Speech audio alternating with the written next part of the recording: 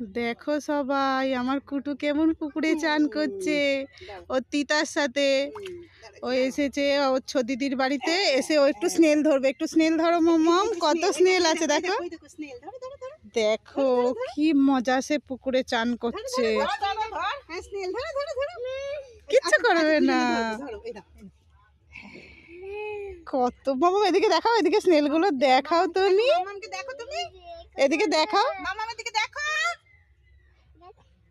হ্যাঁ রাখো রাখো, কত স্নেল দেখা যাচ্ছে, কত খুশি দেখো আমার কুটু। এখন একটু স্নেল ধরাধরি করছে ও।